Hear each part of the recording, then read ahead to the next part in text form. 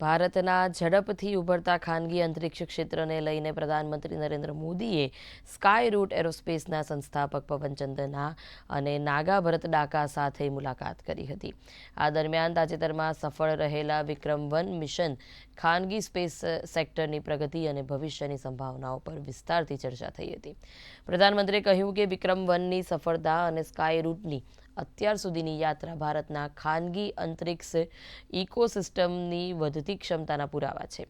પ્રધાનમંત્રી મોદીએ social media પર પણ પોસ્ટ કરીને તેમને શુભેચ્છા પાઠવી હતી. તો બીજી તરફ સ્કાય રૂટે જણાવ્યું કે પ્રધાનમંત્રીએ તેમની ટેકનિકલ દીર્ઘકાલીન રણનીતિ અને ભારતના ખાનગી અંતરિક્ષ ક્ષેત્રમાં હાજર અવસરો પર વિસ્તારથી વાતચીત કરી હતી.